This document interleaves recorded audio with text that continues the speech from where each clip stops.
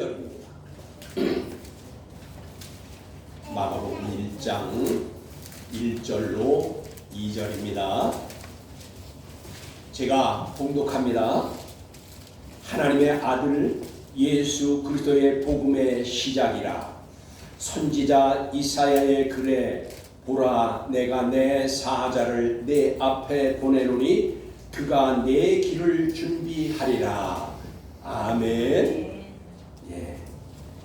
영과 진리로 예배하여 하나님 아버지께서 받으시기에 합당한 예배가 되고 하나님 아버지께서 임재하심의 은총을 체험하는 이 귀한 시간 되기를 간절히 원합니다.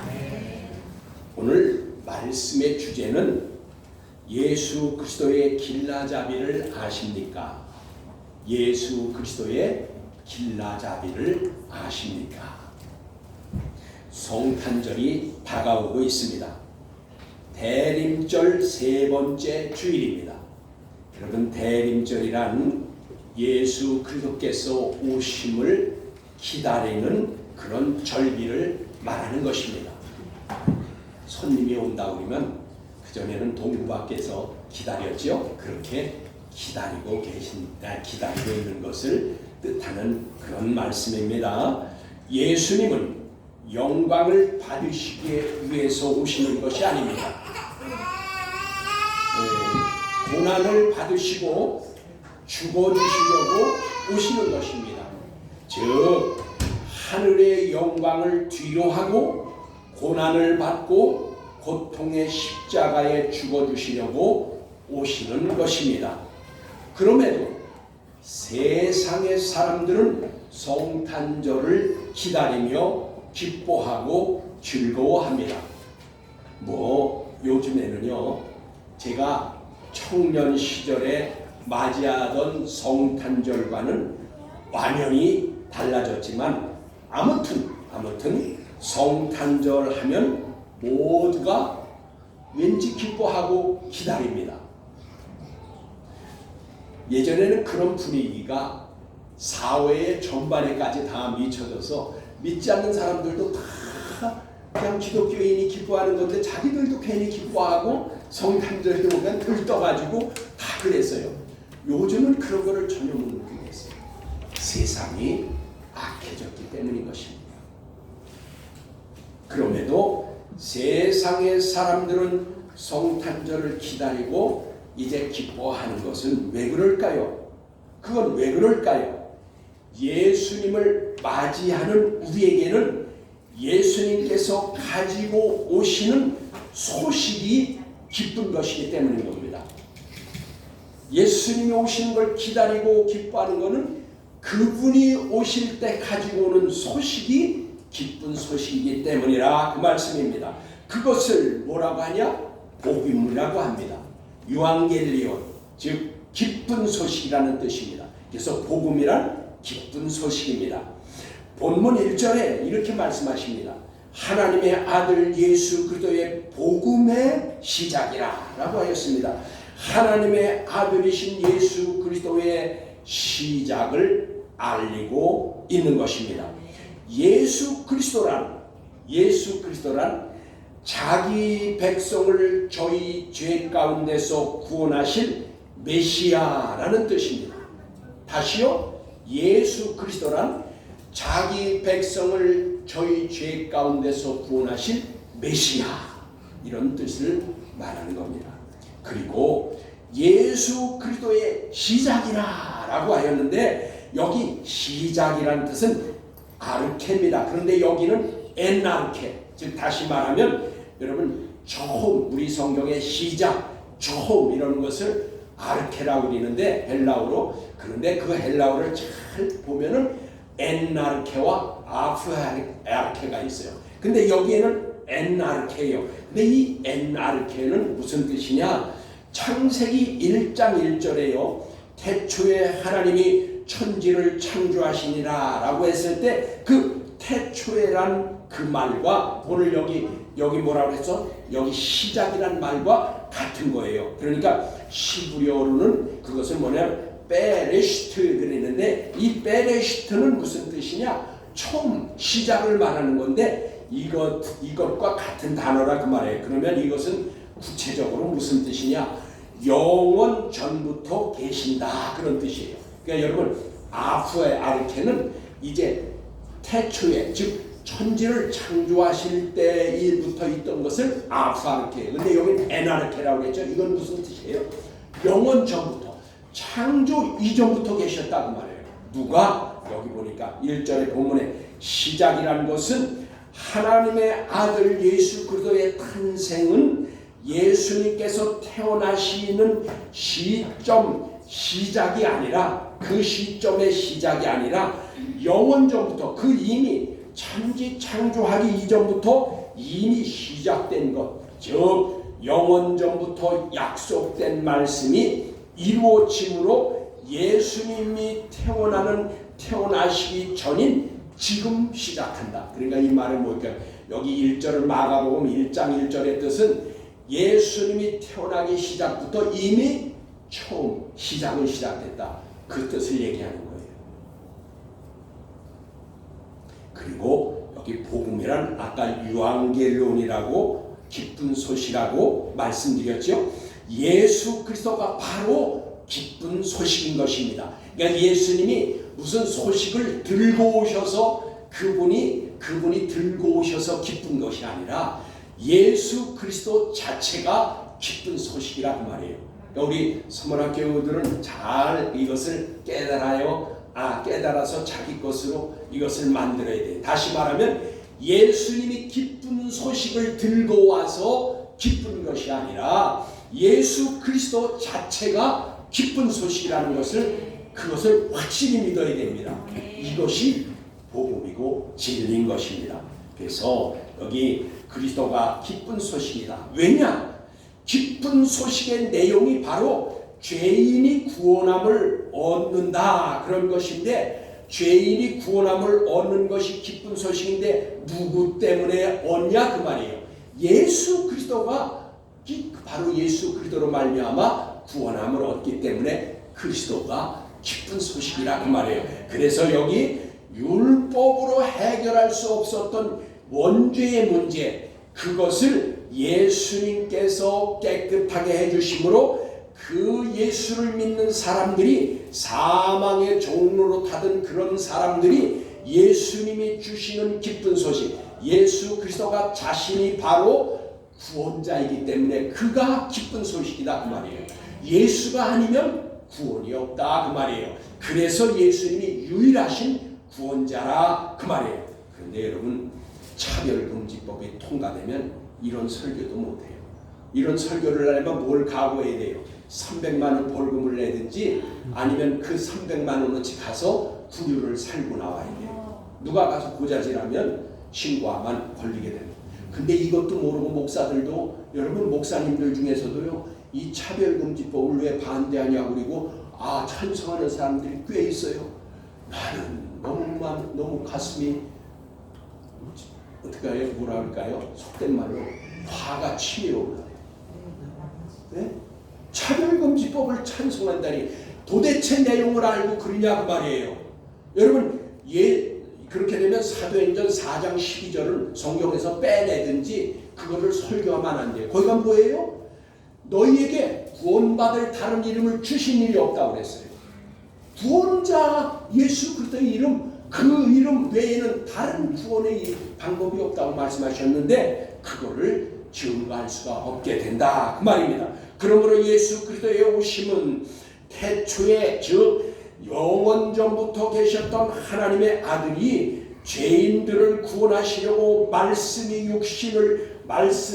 육신을 입고 오신 것이 복음의 시작, 성탄절인 것입니다.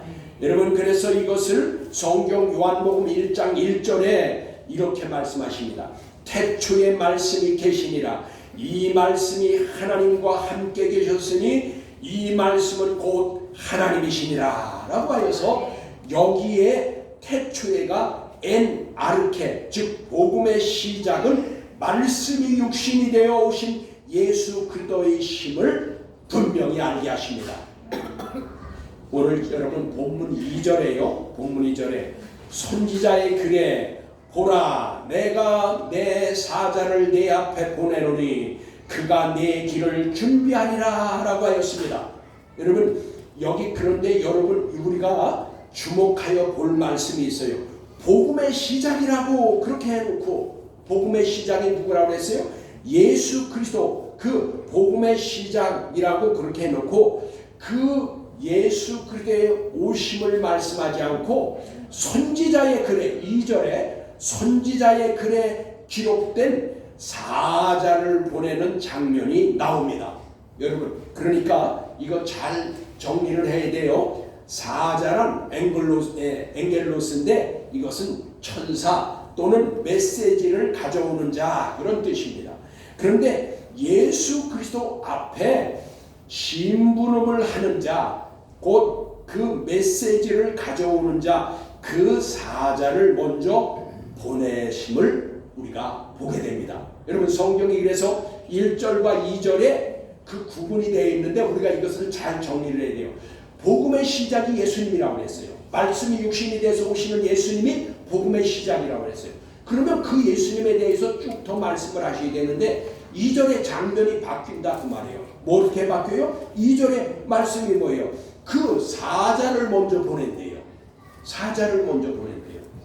그러면은 아까 예수님이 시작이라고 하는데 왜 또 사자를 보낼까? 이유가 있습니다. 왜냐하면 그가 예수 그리스도의 길을 예비하여야 하기 때문인 것입니다. 여러분 하나님의 메시지를 가져오는 자가 길을 예비하여야 그리스도께서 오시게 되는 것입니다. 그러니까 성경의 모든 말씀은 하나님의 약속의 말씀으로 이루어져 있습니다. 그러니까 성경은 다 하나님의 약속의 말씀이에요. 그런데 그러므로 예수 그리스도 앞에 메시지를 가지고 오는 자가 먼저 와서 그 길을 예비하여야 될 것을 약속하셨고 그것을 지금 이루고 계시는 것입니다. 그러니까 이미 하나님께서는 선지자들을 통해서 약속하시기를 여러분 말라기 3장 1절에 그 약속이 나옵니다. 거기 뭐라고 약속하셨냐? 만군의 여호와가 이르노라 보라 내가 내 사자를 여기 사자 아까 사자 앙겔로스 똑같이 나왔죠? 내 사자를 보내리니 그가 내 앞에서 길을 예비할 것이요 라고 하였습니다. 그러니까 하나님께서는 약속하신 대로 예수 그리스도의 오실 길을 예비할 자를 보내시겠다는 약속을 지금 이루고 계시는 것입니다. 그래서 2절의 말씀이 거기 들어가 있는 거예요. 그러므로 주의 길을 예비할 자가 먼저 와야 예수 그리스도께서 오시게 되는 것입니다. 오늘 본문은 복음의 시작은 주의 길을 예비하는 자로부터 시작되는 것을 증거하므로 구약의 하나님의 말씀이 약속대로 이루어지는 것을 깨닫게 됩니다. 구약의 말씀이 이제 신약에 이루어지는 장면을 보는 것입니다. 그래서 여러분 구약은 신약에 이루어질 일을 미리 선지자나 예언자를 통해서 약속하신 것입니다. 그럼 주님의 길을 예비할 자가 그럼 누구냐? 길을 예비할 자가 그럼 과연 누구냐? 거기 누가복음 1장 5절로 6절에 보시면 이렇게 말씀합니다. 예비할 자에 대해서 말씀하십니다. 유대왕 헤롯 때에 아비야의 반열에 제사장 한 사람이 있었으니 이름은 사가랴요 그의 아내는 아론의 자손이니 이름은 엘리사벳이라. 이 두 사람이 하나님 앞에 행의인이니 주의 모든 계명과 규례대로 흠이 없이 행하였더라. 아멘. 여러분 엘리사벳은 아론의 자손이고 사가랴는 그것은 이제 레위 자손이죠. 그러니까 제사장이 되는 거예요. 그 부부 사이에서 이제 부부가 있는데 그들이 어떻게 했다고요? 하나님의 계명과 규례를 다 행해서 흠이 없었다. 그렇게 말씀하십니다. 그래서 이들을 행의인이라고 하는 것입니다. 근데 여기 보세요. 사가랴는 제사장, 아내는 아론의 자손인데 그 두 사람이 이같이 행한 것은 이같이 하나님의 계명 즉 말씀에 순종하는 삶이 있어야 행위인이 되는 것입니다. 그러니까 여러분 예수 믿은 우리도 성령과 말씀을 따라서 우리가 삶이 없으면 예수님이 보여주신 대로 예수님이 말씀하신 대로 그것을 따라가는 삶이 없으면 우리가 의롭다 인정받을 수가 없다 그 말이에요. 여기 그래서 여러분 이들 부부에게는 근데 자식이 없었어요. 자식이 없었어. 그러므로 그들은 아마 기도를 했겠죠. 그 기도했다는 것을 어떻게 알 수 있을까요? 우리가 13절을 누가복음 1장 13절을 보면 이렇게 말씀하시네요. 천사가 그에게 이르되 아까 천사가 나타났잖아요. 그래서 계속 말합니다. 천사가 사가랴야 무서워하지 말라. 너의 간구함이 들린지라 내 아내 엘리사벳이 내게 아들을 낳아주느니 그 이름을 요한이라 하라. 여러분 그 기도를 응답받게 되었네요. 그래서 아들을 낳는데요. 그런데 이름까지 지어주네요. 누가? 천사가 이름까지 지어줬어요. 그러니까 기도도 응답되어졌을 뿐 아니라 이름까지 지어줬습니다. 요한이라는 이름의 뜻은 뭐냐면 은혜로우신 여호와 그런 뜻이에요. 은혜로우신 하나님이다 그 말입니다. 그래서 이제 17절에 또 천사가 계속 말합니다. 그가 또 엘리야의 심령과 능력으로 주의 앞에 먼저 와서 아버지의 마음을 자식에게 거스리는 자를 의인의 슬기에 돌아오게 하고 주를 위하여 세운 백성을 예비하리라. 이렇게 천사가 말하네요. 그러니까 요한이 오는 것은 이제 그 아비의 마음을 자식의 마음을 아비에게로 돌이키게 하는 것을 그 일을 하게 하기 위해서 온 것이라 그 말이에요. 그래서 이건 무슨 뜻일까요? 이스라엘의 백성을 하나님에게로 주님께로 마음을 돌이키게 하는 거예요. 그래서 여러분 우리가 이스라엘은요, 우리는 예수를 믿고 회개하여서 죄사함을 얻지만 이스라엘인들은 이미 하나님의 택한 백성으로 말씀이 주어진 언약 백성이기 때문에 그들은 그냥 돌이키기만 하면 돼요. 그래서 우리는 메타노에오 우리는 그렇게 얘기를 해요. 회개하는 걸. 근데 그러면 이제 그들을 그냥 이제 돌이키기만 하면 된다 그 말이에요. 돌이키기만 하면 돼. 우리는 회개를 해서 예수를 믿고 그들은 마음을 돌이키기만 하면 돼요. 그래서 에피스트레포 그래서 마음을 돌리다 그렇게만 하면 되는 거예요. 그래서 여기 지금 뭐예요? 그 백성들을 아버지에게로 마음을 돌이키게 한다 그 말이에요. 그래서 여기 보니까 주의 길을 예비할 자가 바로 세례 요한이라는 것을 말씀하는 겁니다. 엘리야의 심령과 능력으로 주의 길을 예비하게 하시는 것 또한 약속대로 이루어지는 것입니다. 여러분 말라기 4장 5절로 6절의 말씀에 보면 이렇게 말씀하십니다. 보라 여호와의 크고 두려운 날이 이르기 전에 내가 선지자 엘리야를 너희에게 보내니 그가 아버지의 마음을 자녀에게로 돌이키게 하고 자녀들의 마음을 그들의 아버지에게로 돌이키게 하리라 라고 하였습니다. 여러분 들으셨죠? 천사가 사가랴에 한 말과 말라기 선지자가 선포한 하나님의 말씀이 똑같습니다. 그러면 여기서는 요한이라고 그랬는데 왜 말라기에서는 엘리야가 온다고 그랬을까? 왜 엘리야라고 그랬을까? 그러면 다른 말씀 아닌가? 라고 생각할 수 있는데 여러분 예수님이 정확하게 말씀해 주십니다. 그 말씀을 대답을 예수님께서 해 주십니다. 어쨌든 말라기서가 기록된 후에 하나님의 계시가 끊어졌습니다. 400년이라는 그 암흑의 시대가 지나가서 생명의 빛으로 오시는 예수 그리스도 그분은 말씀이 육신이 되어서 오셨으며 구원자로 오셨습니다. 이것이 말세의 초 즉 하나님의 언약을 따라오신 초림 예수인 것입니다. 이미 예수님이 올 때부터 말세는 시작한 거예요. 그런데 그 말세가 시작할 초에 초림 예수가 오신 것입니다. 그래서 이제 이것을 이제 그 초림 예수가 오셔서 구세주 예수 그리스도가 오시는 길을 예비하기 위하여, 초림 예수가 오실 것인데 그 길을 예비하기 위하여 약속하신 대로 마지막 선지자 세례 요한이 오게 되는 겁니다. 여러분, 우리가 오해하지 마세요. 하나님이 보내신 자 아들 예수 그리스도께서 오시는 길을 평탄케 하는 자가 마지막 선지자입니다. 여러분, 우리는 혹시 말라기 선지자가 구약의 마지막을 썼고 400년 동안 하나님의 계시가 끊어졌으니까 말라기 선지자가 맨 마지막 선지자인 줄 알게 되는데 그게 아니라고 말이에요. 예수 그리스도께서 오시는 길을 평탄케 하는 자가 마지막 선지자가 되는 것입니다.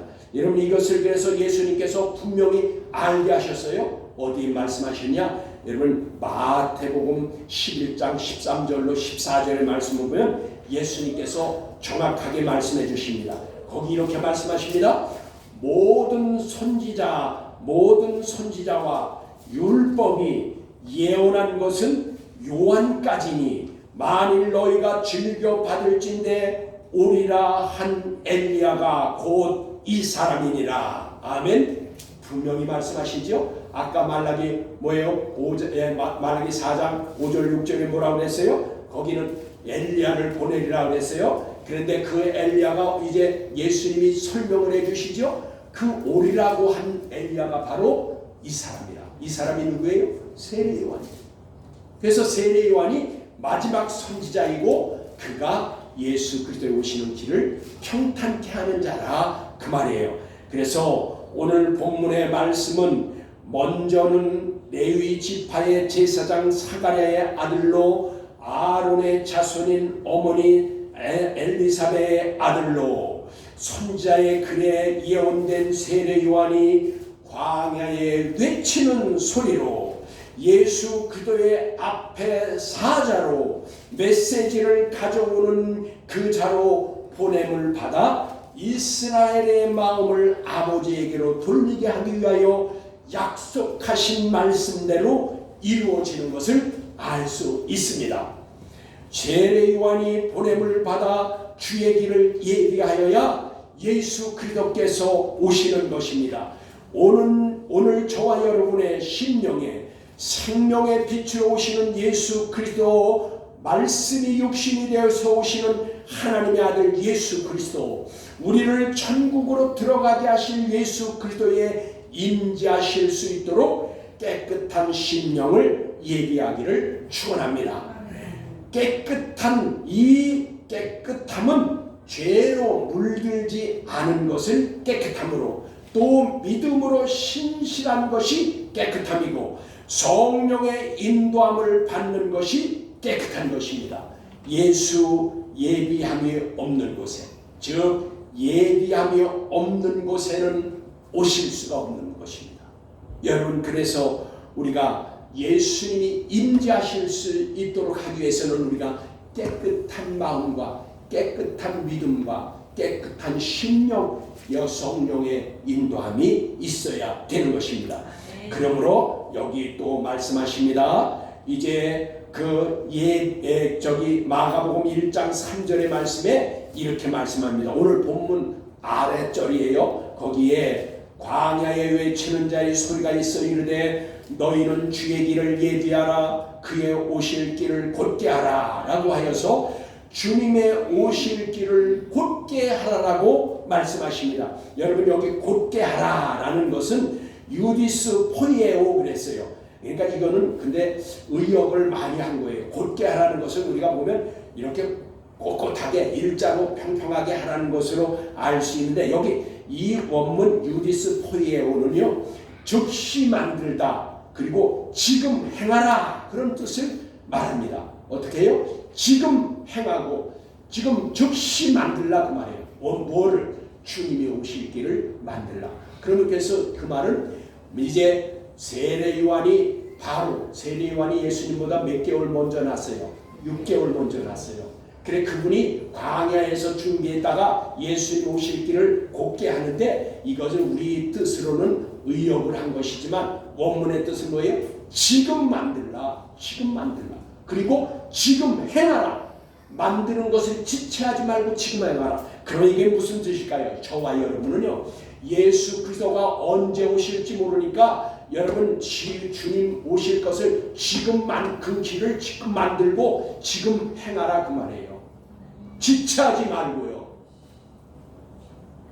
그래서 여기 유대 땅 베들레헴에 2000년 전에 초림하셨던 예수 그리스도께서 곧 다시 오실 것입니다. 여러분, 다시 오실 그리스도 예수님은 구원하러 오시는 것이 아닙니다. 신랑으로 오시는 것입니다.